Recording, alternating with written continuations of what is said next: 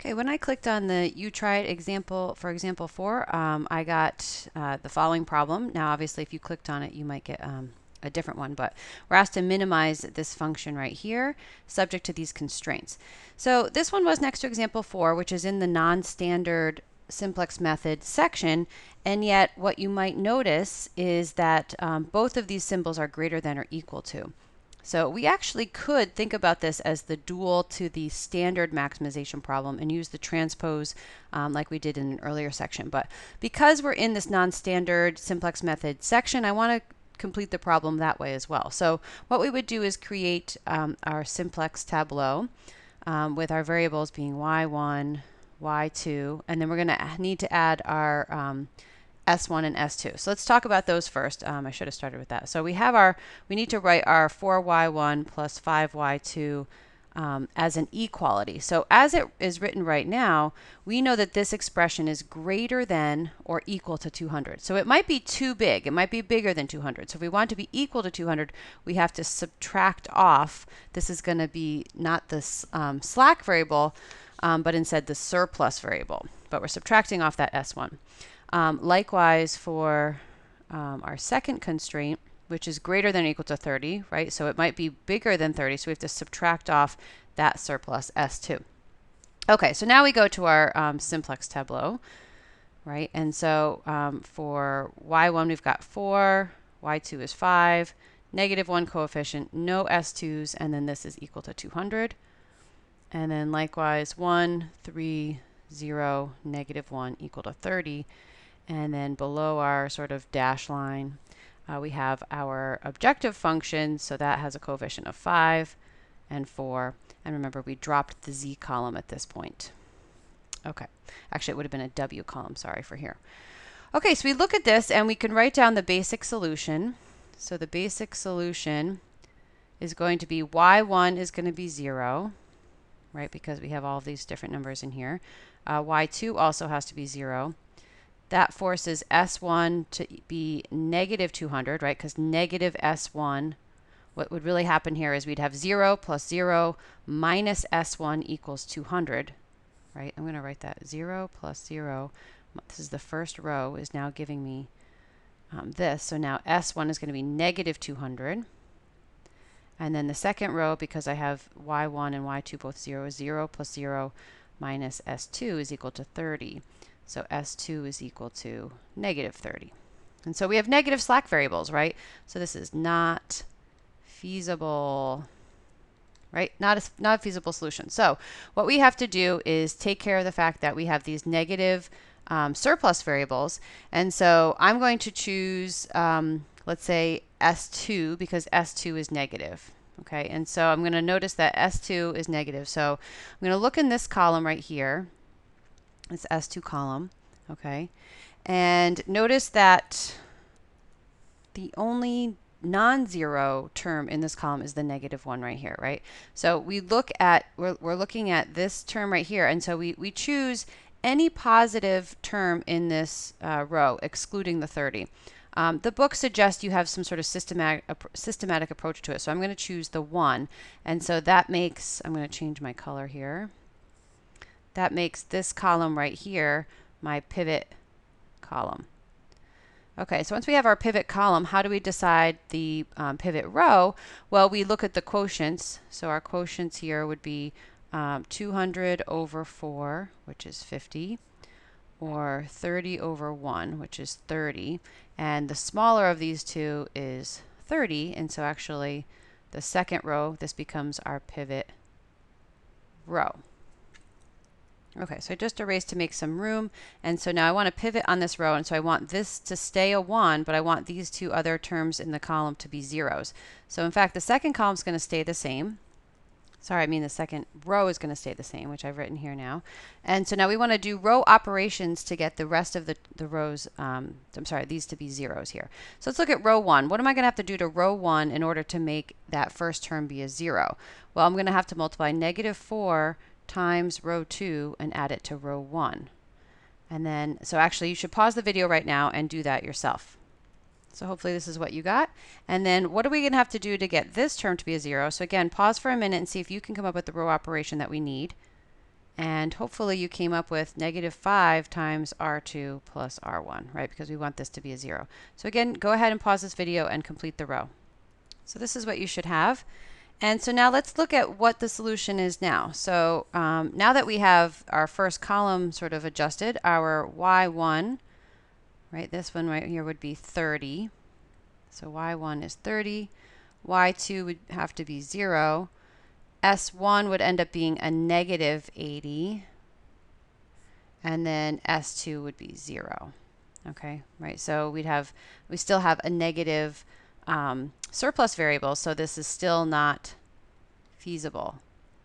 So we have to repeat this process for the fact that this S1, this is our surplus variable. So we look in this column here and notice that the only non-zero term is this -1. So we find the first, or in fact, this is going to be the only positive term in this row, right? So the book recommends that you do the furthest leftmost one, but the only positive term is this 4 here. So this is going to become, let's change colors again. Let's go back to red. This is going to become our pivot column. And so again, we look at the quotients to determine the pivot row. 80 divided by 4 is 20. This one's going to be negative, so we don't look at it. This one would be negative. So in fact, there's only one positive one as well. And so that means we're pivoting on this 4. So this is our pivot row as well. Okay, so since I want this to be my pivot row, I need this term to be a 1 and the other two values in this column to be zeros. So what row operation do I do to this row to make this 4 turn into a 1? So again, think about it to yourself for a second, and hopefully you said that you have to take 1/4 of row 1, and that's what we're going to do.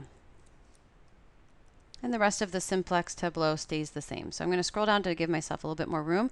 And so now, again, we're trying to do row operations to get the rest of these terms in this column to be zeros. So what should we do to row 2 in order to get this to be a 0? So again, pause and think about what we should do. Since these two values are actually just opposite in sign, just adding the 2 rows is going to be sufficient for getting this to be a 0. So go ahead and do row 1 plus row 2 and replace row 2 with that. And to get the third row with a 0 here, we're going to have to multiply -5 times row 1 plus row 3, and that's going to replace row 3. Again, pause the video to complete that. Okay, and so this is the simplex tableau, and now again, let's look at the solution. We would have that y1 is equal to 50, right? See, y1 is equal to 50. Y2 would have to be 0, and S1 would have to be 0. And finally, S2 would be 20. So finally, we have a positive surplus value. So this is finally a feasible solution. So it's feasible, but because we have a negative indicator, it's not optimal, not an optimal solution. So it's a solution, it's a feasible solution, but it's not optimal. Okay, so now we continue using the regular simplex method with this negative indicator, right? So this is going to tell us our pivot column is this one with the negative indicator. And so as usual, we have to look at the quotients. So we're going to take 20 and divide it by, oh, not negative, never mind, that one's negative. We only do it with the positive terms. So in fact, actually, I don't even need to do anything. I know it's going to be this row right here, the 5/4, because 50 divided by 5/4, whatever it happens to be, is the only positive value. So here is our pivot row as well. So we need to get this 5/4 to be a 1, so we're going to take row 2 and we're going to multiply it by 4/5. And that's going to become our new row 2. So go ahead and pause and do that. So here's our new row 2 with a 1 here. And now we want these two terms to be zeros. So what do I have to do, imagining this row right here replacing here, what do I have to do with these, with row 2 in order to get row 1 to have a 0 here? So I'm going to have to multiply 7/4 times row 2 plus row 1. So I'm doing 2 rows kind of in one step. Probably should make a new matrix for this, but I'm running out of room. But officially, I should probably write the 0, -7/4, the -1/4, 1, and 20 here, so that I see that to get the -7/4 to go to a 0, I multiply this row by 7/4 and add. But I'm going to do this all in one step. Likewise, to get a 0 in this third row, I'm going to need to take 9/4 times row 2 and add it to row 3. And that's my replacement for row 3. And we see now we have no negative indicators, so this should be the optimal solution. So go ahead and pause the video and see if you can write down the optimal solution from this matrix, from the simplex tableau. And so here we have it. Y1 would be 0, Y2 would be 40, S1 would be 0, and S2 would be 90, with an optimal value of Z being the opposite of W, so it would be a positive 160. So the minimum in this case is 160. Okay, but quickly I just want to show you that we could have done this problem by thinking of it as the dual of a maximization problem, right? So if we thought about it first by taking this matrix and writing this matrix as we'd have 4, 5, 200, 1, 3, 30, and then we had our optimization function 5, 4, 0.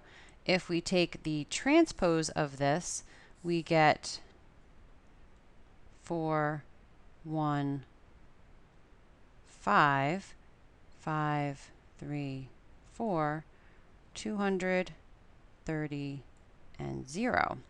And so really this is the same thing as we want to maximize Z equals 200 x1 plus 30 x2, right, our optimization function, subject to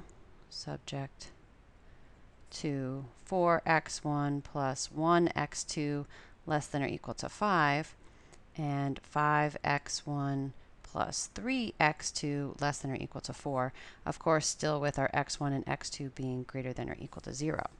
Right, so we could write this with some slack variables, 4x1 plus x2, if I want this to be equal to 5, right now it's less than or equal to 5, so I need to add some potential slack variable there. And then 5x1 plus 3x2, we're going to add a different slack variable to it to get 4.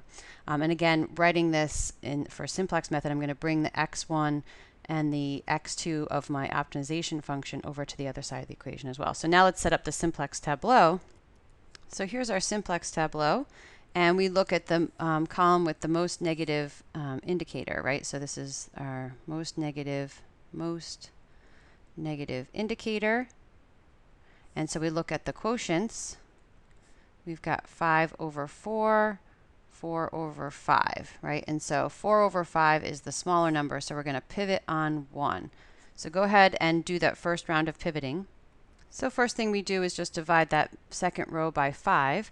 Now we need to change both these values to zeros, so go ahead and do that. And so taking negative 4 times R2 plus R1 gives us a 0 here. Likewise, 200 times R2 plus R3 gives us a 0 here. And so this is our simplex tableau now. So what is the solution we get here? We see that x1, our first column, is going to be 4/5. X2 is going to be 0. S1 is going to be 9/5, and S2 is going to be 0, with an optimal Z value, right? So we have no more negative indicators left, so we're done, and our optimal value is still 160. So we get the same result doing it two different ways. And actually, additionally, we could graph both of these, both as a maximization problem or as a minimization problem, and get the solution graphically as well. So lots of ways to get the same optimal answer.